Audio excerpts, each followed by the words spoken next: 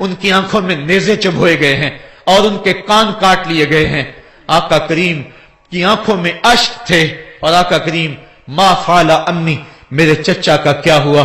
آقا کریم اپنی زبان پہ یہ لفظ لا رہے تھے.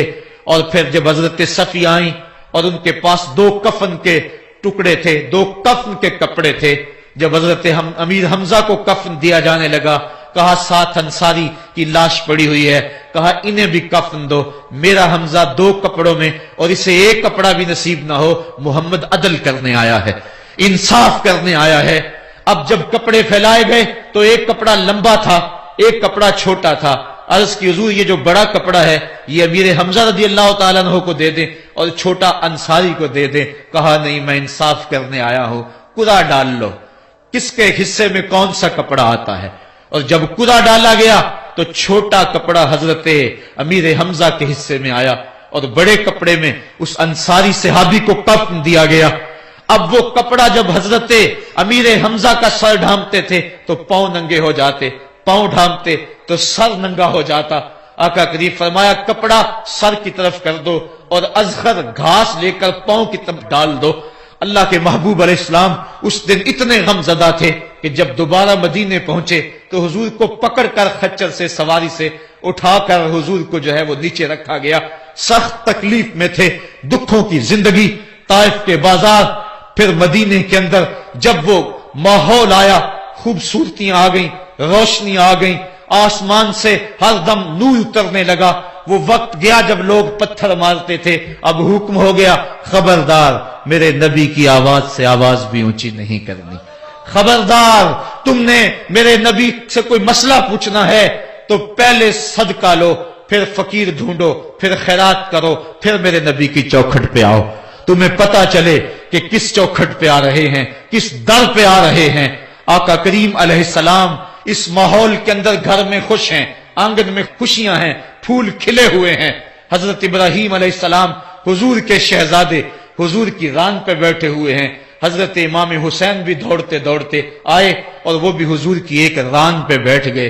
حضور کبھی حسین کو دیکھتے ہیں، کبھی اپنے فرزند کو دیکھتے ہیں، کبھی حسین کو دیکھتے ہیں، کبھی حسین کے ماموں کو دیکھتے ہیں. حضرت ابراہیم اور حضرت امام حسین رضی اللہ تعالیٰ عنہ دونوں کو دیکھ کر اللہ کے محبوب خوش ہو رہے ہیں. فرشتہ نے اذن مانگا، آقا کریم نے اذن دیا. اس نے عرض کی حضور ان 2 میں سے ایک کا اختیار ہے، ایک کو ایک کے بدلے میں قربانی دینا ہوگی. اب قربانیوں کی وہ حرم سے جو داستان چلی تھی وہ تسلسل ٹوٹنے نہیں پا رہا ہے، وہ تسلسل جاری ہے. حضور نے ایک نظر حضرت ابراہیم کو دیکھا اور پھر ایک نظر حضور نے حضرت امام حسین کو دیکھا، پھر حسین کو پکڑ کے سینے سے لگایا اور کہا میں اپنے اس بیٹے کو قربان کر رہا ہوں. چند دن کے بعد حضرت ابراہیم کا انتقال ہوا.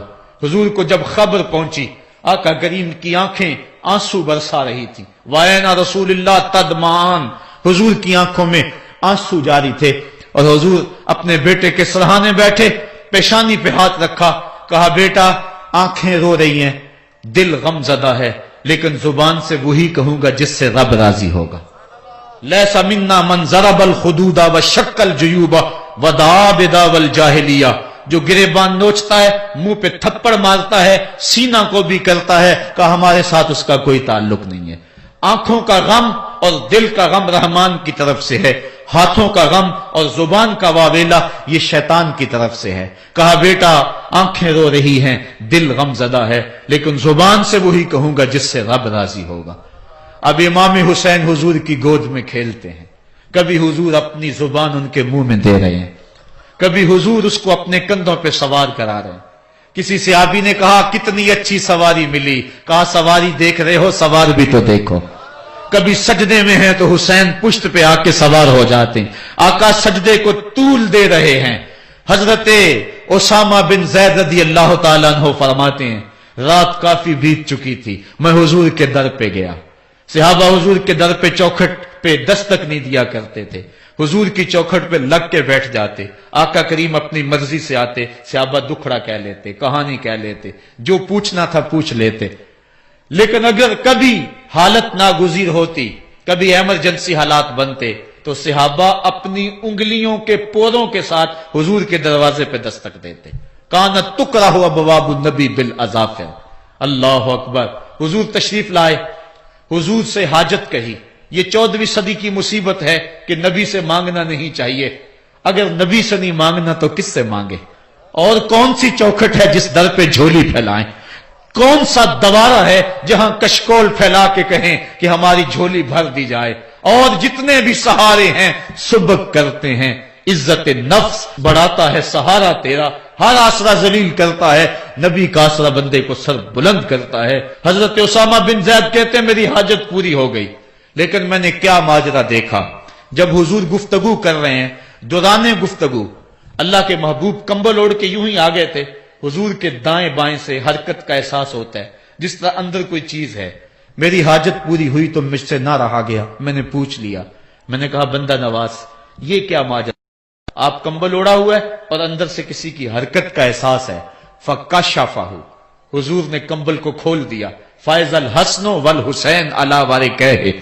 تو ایک پہلو سے امام حسن لپٹے ہوئے تھے, ایک سے امام حسین لپٹے ہوئے تھے. کہا یہ میرے بیٹے ہیں, یہ میری بیٹی کے بیٹے ہیں. اے اللہ میں ان سے پیار کرتا ہوں, تو بھی ان سے پیار کر, اور جو ان سے پیار کرے میرے مالک تو اس سے بھی پیار کر. اور ایک دن فرمایا حسین منی وانا من الحسین, لوگو حسین مجھ سے ہے اور میں حسین سے ہوں.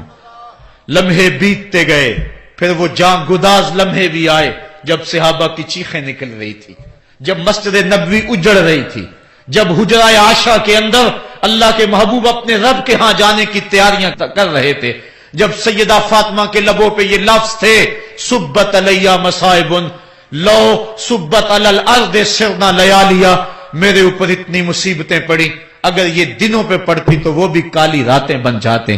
حضور علیہ السلام کا جب جسد اطہر اٹھا تو صحابہ کی جو حالت تھی وہ اس انداز سے کہ صحابہ کے کلیجے پھٹ رہے تھے, روحیں گداز ہو رہی تھی. ایک ہاتھ اٹھا کے دعا مانگ رہا تھا, اللہم اذہب بصری حتی لا ارا بعد حبیبی محمد احدا. اے اللہ مجھے اندھا کر دے, مجھے اندھا کر دے, مجھ میری آنکھوں کی بینائی اچک لے, تیرا محبوب تہے مزار چلا گیا, میں نے آنکھوں کی روشنی کو کیا کرنا ہے. وہ دن بھی آئے, حضرت سیدنا صدیق اکبر کا کلیجہ بھی پگھل رہا ہے, وہ بھی غم رسول میں رو رہے ہیں, صحابہ تڑپ رہے ہیں. وہ اونٹنی غصبہ نامی اونٹنی جس پہ حضور سواری کرتے تھے, وہ حضرت فاطمہ کے دروازے کے اوپر سر رکھ کے رو رو کے مر گئی. جب محبوب نہیں رہے تو ہم نے جی کے کیا لینا ہے. کائنات اجڑ گئی, جہان میں جو ہے وہ ہر سمت اندھیرا ہی اندھیرا چھا گیا, لیکن روشنی کے ٹمٹماتے ہوئے چراغ آج بھی روشن ہیں, جن کو دیکھ کر مصطفیٰ یاد آتے ہیں. لوگ ان شہزادوں کو دیکھ لیتے ہیں اور حضور کی یاد کو تازہ کر لیتے ہیں. وقت گزرتا گیا, پھر وہ لمحے بھی آئے کہ جب حضرت امام حسن کو زہر دیا گیا اور آپ کا کلیجہ کٹ کٹ کے کئی 100 حصوں میں باہر آیا. آپ سے آخری لمحے حضرت امام حسین نے پوچھا کہ میرے بھائی کوئی وصیت؟ کہا بیٹا کوفے والوں سے بچ کے رہنا, ان کے دغے سے بچ کے رہنا. لمحے بیت گئے. 60 ہجری کو یزید تخت نشین ہوا, تخت نشین ہو گیا تھا, لیکن اس نے یہ چاہا کہ حضرت امام حسین رضی اللہ تعالی عنہ میرے لیے بیعت کر لیں, اور اس نے مدینے کے گورنر ولید بن عقبہ کو خط لکھا, اور خط کا مضمون یہ تھا کہ امام حسین کو بلاؤ اور میرے لیے بیعت لو, اور اگر وہ بیعت نہیں دیتے تو اس خط کے جواب کے ساتھ ان کا سر بھیج دو. ولید بن عتبہ محب اہل بیت تھا, اس نے رات کی کافی تاریکی کے اندر حضرت امام حسین رضی اللہ تعالیٰ عنہ کو پیغام بھیجا. حضرت امام حسین نے حضرت عبداللہ ابن زبیر سے مشورہ کیا.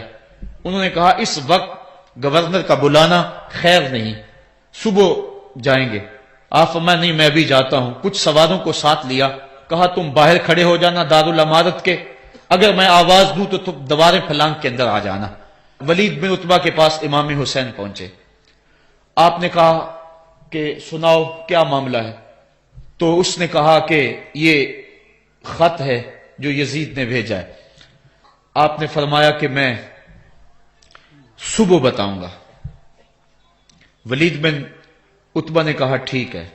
امام حسین پلٹنے لگے تو تو مروان بن حکم جو پاس بیٹھا ہوا تھا گورنر کے، کہنے لگا یہ چلے گئے تو دوبارہ ہاتھ نہیں آئیں گے، اب موقع ہے، اب ان کو پکڑ لو اور ان سے زبردستی بیعت لے لو۔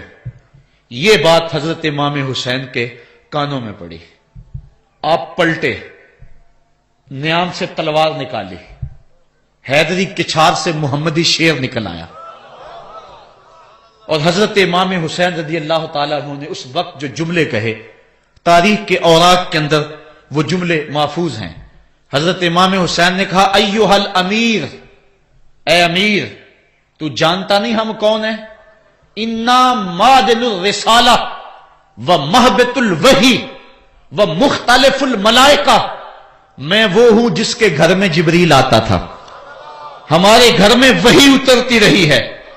وَيَزِيدُ بْنُ الْمُعَاوِيَةِ رَجُلٌ فَاسِقٌ فَاجِرٌ قَاتِلُ النَّفْسِ مُعْلِنٌ بِالْفِسْقِ شَارِبُ الْخَمْرِ وَمِثْلُنَا لَا يُبَايِعُ، کہا اور یزید شرابی ہے، یزید مسلمانوں کا قاتل ہے، یزید فاسق مولن ہے، اے امیر میرے جیسا شخص چھپ کر بیعت نہیں کر سکتا۔ اللہ اکبر۔ حضرت امام حسین نے جب یہ بات کہی، جو باہر لوگ کھڑے تھے وہ بھی چاقو چوبند ہو گئے۔ اس نے کہا حضور آپ جائیے۔ مروان مشورے دیتا رہا، لیکن حضرت امام حسین کو گورنر مدینہ نے کہا کہ آپ جائیے۔ حضرت امام حسین رضی اللہ تعالیٰ عنہ واپس پلٹے۔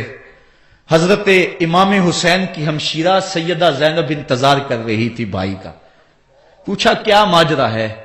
کہا حالات بگڑ گئے، اب ہمارا مدینے میں رہنا محال ہے، صبح سحری سے قبل شہر مدینہ چھوڑ دیں۔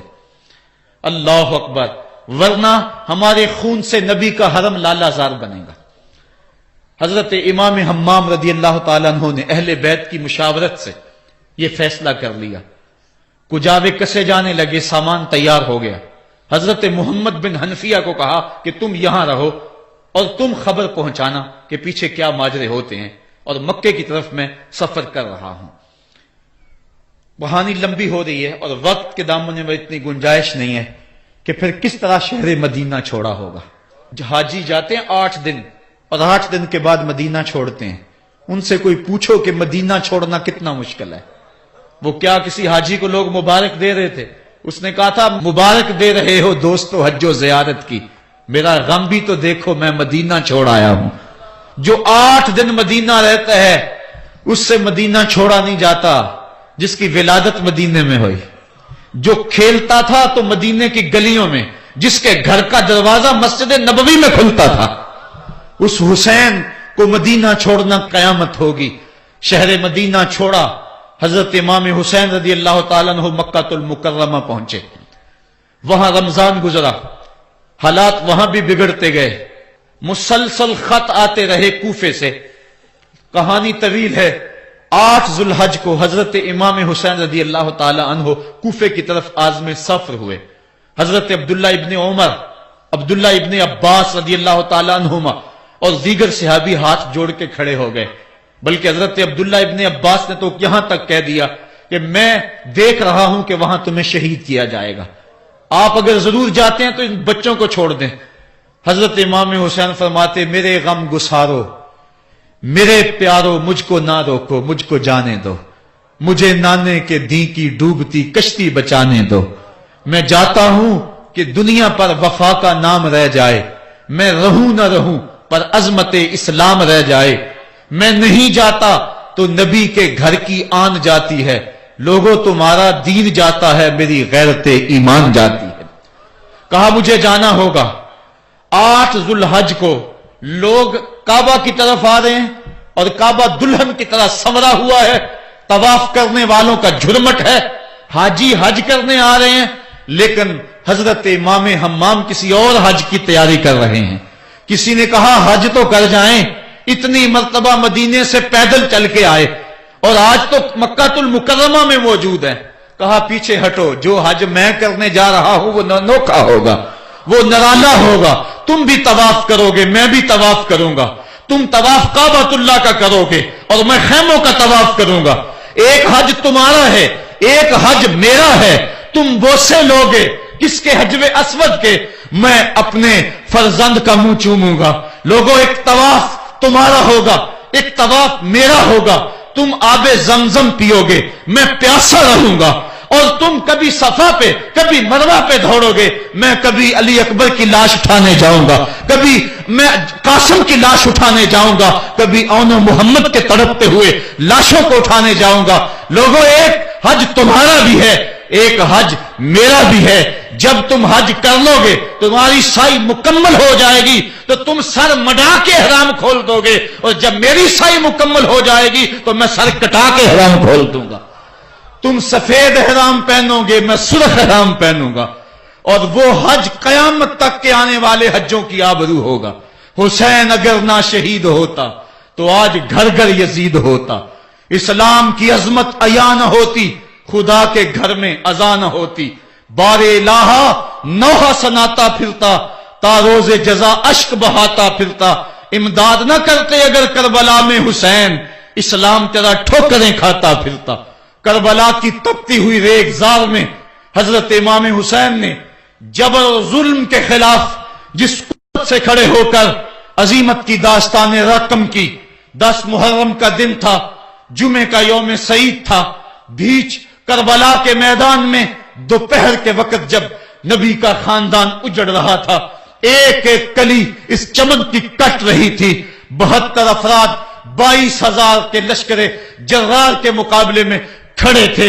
وہ یزید جس نے اس کے علاوہ بھی بڑے جرم کیے، جس نے جو ہے وہ 1700 صحابہ کو مکہ المکرمہ میں شہید کیا، جس نے 700 حفاظ کرام کو شہید کیا، جس نے حضرت ابو سعید خضری کی داڑھی نوچ لی، جس نے مدینے کے اندر مسجد نبوی کے اندر گھوڑے باندھے، جس نے جو ہے وہ 3 دن تک مسجد نبوی کے اندر اذان نہ ہونے دی، وہ یزید آج کربلا کے تپتے ہوئے ریگزار کے اندر آل رسول کے ساتھ ظلم کی وہ داستان رقم کر رہا تھا کہ قیامت تک آنسو سسکیاں نہیں تھمنے پائیں گی۔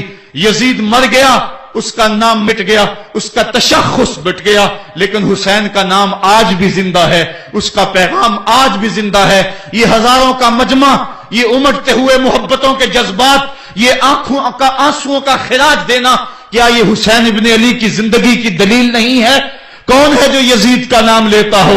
آج اگر کوئی یزید کا نام لیتا بھی ہے تو سر جھکا کے لیتا ہے۔ میں کہتا ہوں کیسا تمہارا لیڈر ہے جس کا نام لینے سے قبل شرمندہ ہوتے ہو، جس کا نام لیتے ہوئے شرمندہ ہوتے ہو، جس کا نام لینے کے بعد پسینہ پسینہ ہوتے ہو۔ تم اپنے قائد اور لیڈر کا نام لیتے جھجکتے ہو، گردن جھکا کے دائیں بائیں دیکھ کے نام لیتے ہو، اور جب ہم نام اپنے آقا کا لیتے ہیں سر اٹھا کے لیتے ہیں۔ اے حسین ابن علی تم پر سلام۔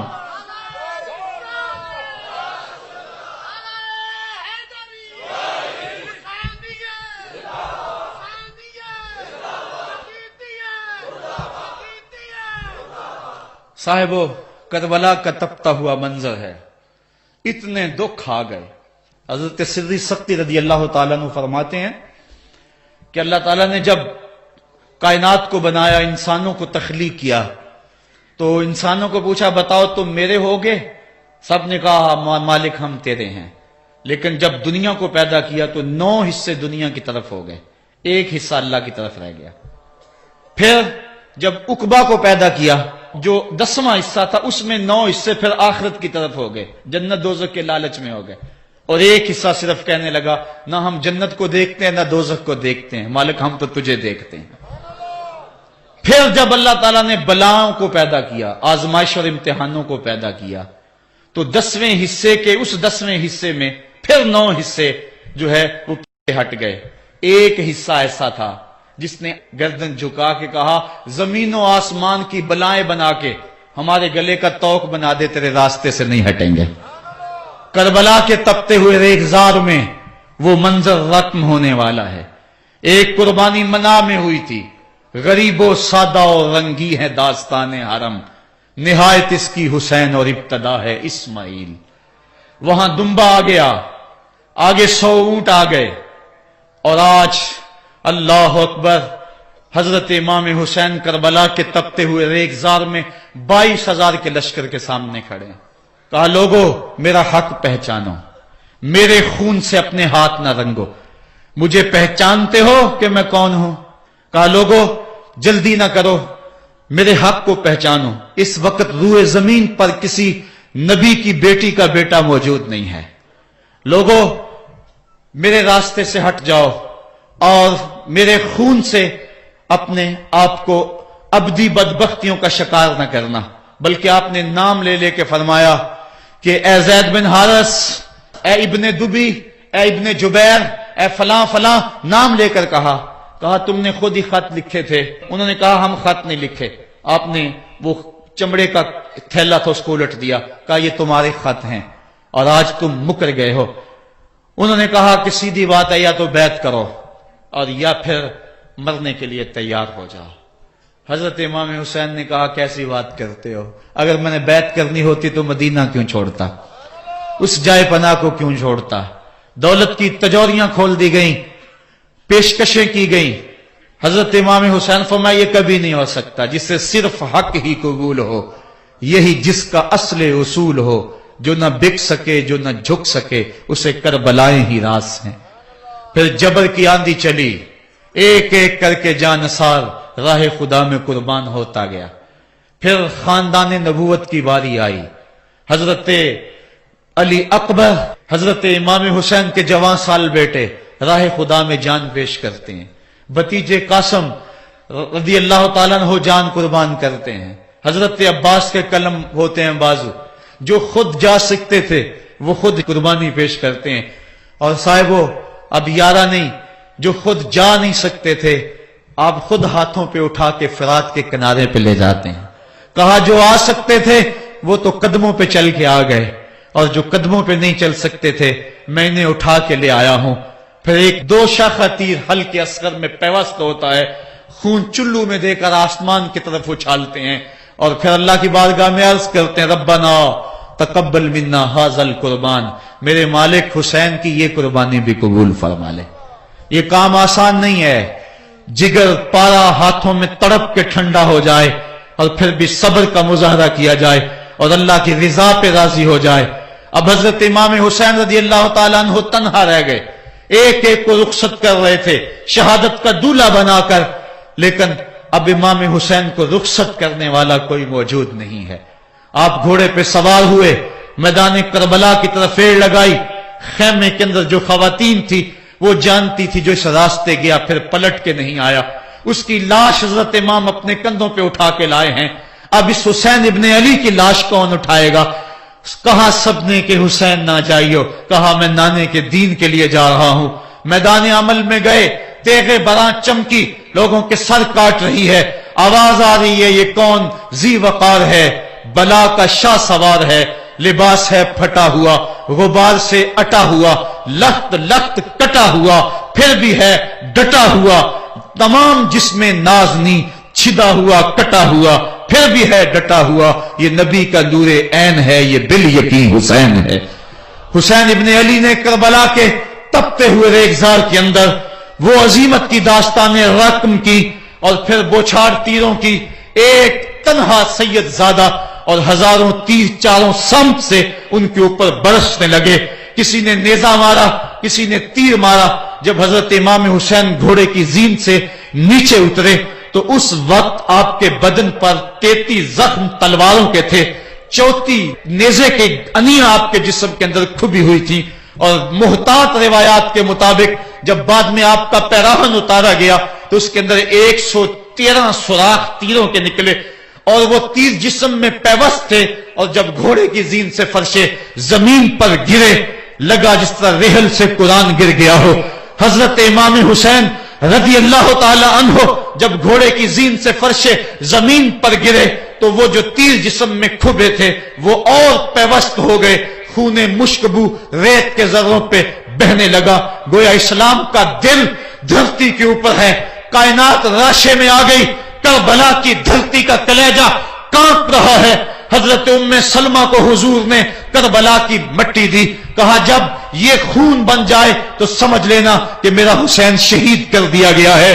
وہ مدینے کے اندر خواب دیکھتی ہیں کہ آقا کریم علیہ السلام داڑھی مبارک کے اندر گرد مبارک پڑی ہوئی ہے اور بال الجھے ہوئے ہیں، گھبرا کے اٹھ کھڑی ہوئی کہ کیا ماجرا ہے، اور جلدی سے اس شیشی کو دیکھا تو وہ شیشی کا جو مٹی رکھی ہوئی تھی وہ خون بن گیا تھا، اور آپ نے کہا اہل مدینہ سن لو، حضرت امام شہید کر دیے گئے ہیں۔ ادھر امام حسین خون اور خاک کے اندر تڑپ رہے ہیں، اور آپ کے جسم نازک پر برچھیوں، تیغوں اور تلواروں کے ساتھ جو ہے وہ لوگ وار کر رہے ہیں۔ سنان بن انس نخی آگے بڑھا لیکن سر کاٹنے کی ہمت نہ پڑی، اس نے نیزہ مارا اور آپ کے گلے کے قریب وہ نیزہ پار کر گیا اور خون کا فوارہ پھوٹا۔ زرع بن شریک نے آپ کی پیشانی پہ نیزہ مارا، آپ گھبرا کے گرے، اٹھے اور پھر گر گئے، اور پھر آپ نے اپنی پیشانی سجدے میں رکھ دی، اپنا خون جو تھا وہ چہرے پہ مل لیا۔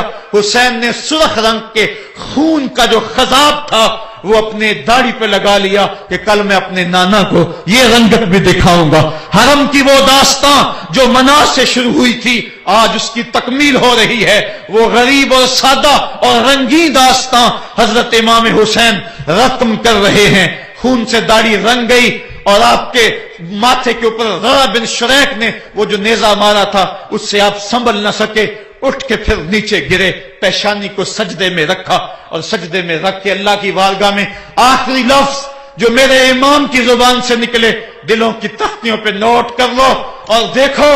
اللہ تعالیٰ کے بندے حضرت خلیل نے دعا مانگی تھی، اے میرے مالک، اے میرے مالک، میں اس جگہ تے اپنی ذریت اولاد کو چھوڑ کے آباد کر کے جا رہا ہوں اور دعا کرتا ہوں کہ وہ نماز کو قائم رکھیں۔ آج اس دعا کی تکمیل کا منظر لوگوں کے سامنے ہے کہ 113 تیر جسم میں کھبے، 34 تلواروں کے گھاؤ، اور وہ بھی راوی کہتے ہیں کہ ایک ایک گھاؤ میں کتنی کتنی تلواروں کے زخم تھے، اور نیزے کی انیاں جسم میں کھبی ہوئی تھی۔ آپ کے کلیجے کے اندر نیزے کی انی کو توڑ دیا گیا تھا۔ اس موقع پہ حضرت امام حسین رضی اللہ تعالی عنہ نے اپنے آپ کو سنبھال کے پیشانی کو ریت کے اوپر رکھا، اور اللہ کی بارگاہ میں آخری لفظ حضرت امام حسین کے لبوں پہ جو مچلے، خون نکل رہا تھا، اور خولی بن یزید آگے بڑھ کے سر انور کو جدا کرنے کی تیاریاں کر رہا تھا۔ سنان بن انس آگے بڑھا لیکن کپ کپا کے پیچھے ہو گیا، خولی بن یزید آگے بڑھا، وہ بھی پیچھے ہو گیا، پھر شمر آیا اور شمر آپ کے جسم نازک کے اوپر بیٹھ گیا۔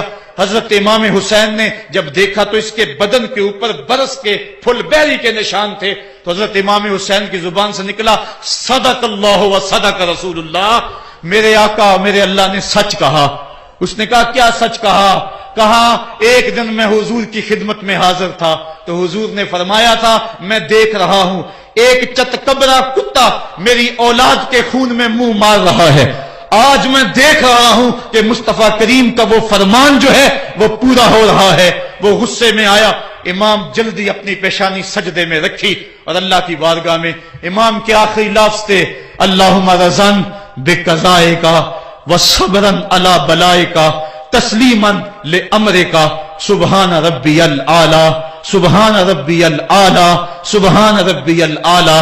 مالک، بھائی، بیٹے، بھتیجے، بھانجے، جانصار، آیان و انصار سب کچھ لٹا کے، عباس کے بازو کٹا کے، جو جا سکتے تھے انہیں بھیج کے، جو جا نہیں سکتے تھے خود اٹھا کے لے جا کر کے، عباس کے بازو قلم کروا کے، یہ خیمے کے اندر بچیاں یتیم ہو گئی ہیں، سہاگ اجڑ گئے ہیں، میرے مالک سب کچھ لٹا کے نبی کا گھر اجڑ گیا، ایک ایک پتی گر گئی، جن کو بلایا گیا تھا آج ان کی میزبانی تیروں تلواروں اور نیزوں سے ہوئی، لیکن مالک تو دیکھا میری زبان پہ ہائے نہیں آئی، میں نے اف تک نہیں کی، زخم پہ زخم کھا کے جی، خونے جگر کے گھونٹ پی، آہ نہ کر لبوں کو سی، یہ عشق ہے یہ دل لگی نہیں، یہ محبت ہے۔ یہاں لوگ مصلوب بھی ہوتے ہیں، یہاں لوگ سولی بھی چڑھتے ہیں، حکم ہوتا ہے خبردار اگر آہ بھی کی تو صابروں سے نام کاٹ دوں گا۔ کہا مالک اللہم رضن بے قضائے کا، جو تقدیر تھی میں اس پہ راضی ہو گیا، وصبرن علی بلائے کا، مالک تو نے دیکھا میں نے صبر بھی کیا، تسلیماً لامرے کا، مجھے مالک اعتراض بھی کوئی نہیں، جو تیرا حکم تھا میں نے اس کو تسلیم بھی کر لیا،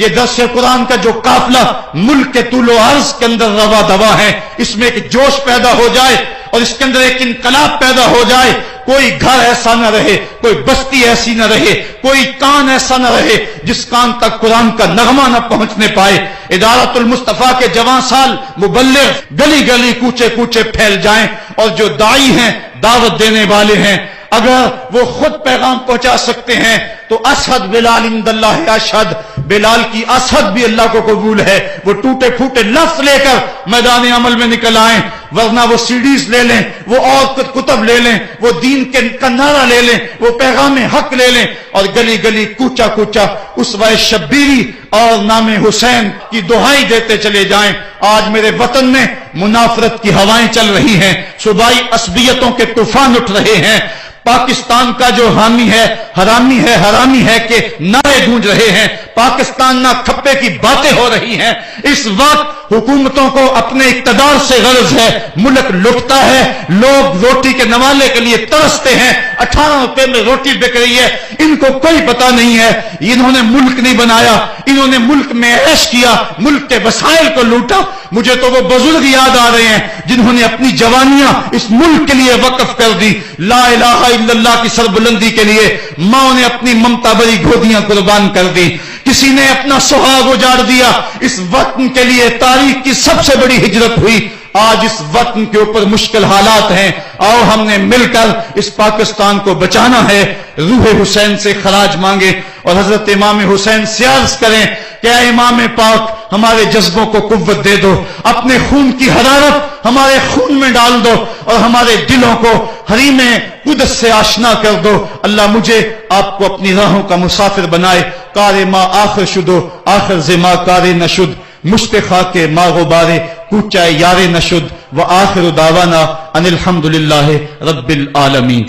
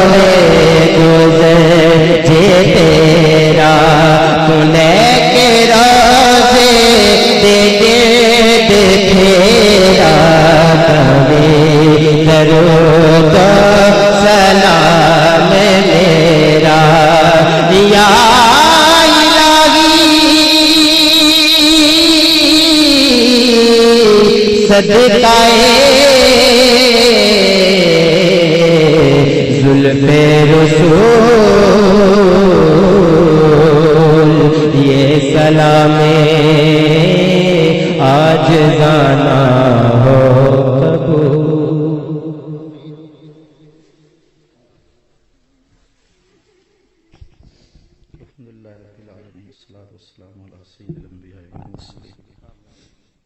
میرے مالک اٹھے ہوئے ہاتھ پھیلی جولی رحمتوں سے بھر دے، بخت کی بہاریں دے دے، مقدر کی خزائیں رخصت فرما دے. اے اللہ ہم جئیں تو تیرے لیے، مریں تو تیرے دین کے لیے، اور زندگی کی آخری سانس تک تیرے رسول کے وفادار رہے. ہر علت، ہر قلت، ہر ذلت سے رہائی دے دے، اپنے پاک نبی کے در کی گدائی دے دے. اے میرے مالک اسوہ شبیری پہ عمل کی توفیق دے دے. اے اللہ ہمیں راہ حق کا مسافر بنا دے. اے اللہ ہماری ساری زندگی تیری وفا میں گزرے، ساری زندگی راہ دین میں گزرے۔ اے اللہ سانسوں کی دھڑکن تیرے ذکر کے ساتھ چلتی رہے۔ اے اللہ جتنے لوگ دور و نزدیک سے آئے، اے اللہ ان کے آنے کو قبول کر لے۔